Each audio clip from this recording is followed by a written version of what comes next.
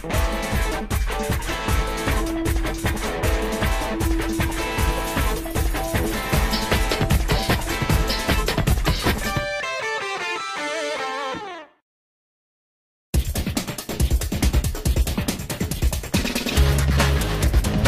weather is one of the main reasons why we come north to do vehicle testing.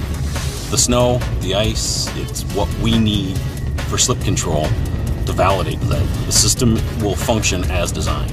So when the customer is driving the vehicle, there will be no surprises. Ideal weather, the day that it isn't a pure whiteout blizzard. A lot of what we do are controlled events where we want the system to perform without any driver intervention. As a maneuver we did this morning, a traction control launch, half the vehicle on ice, half the vehicle on concrete. Some of those runs we'll make without doing any steering corrections. Stability is ultimately what we want to give the driver.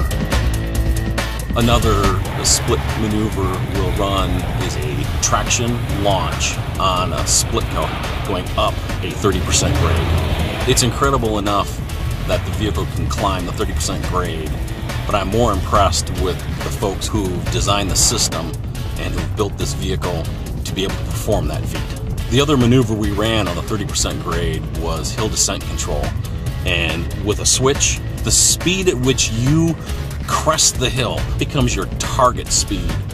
It'll hold the vehicle to no more than that speed to allow steerability and control of the vehicle going down the grade. The other maneuver we did was a transition, initiating a stop on a high friction surface and then transitioning onto a lower friction, say ice.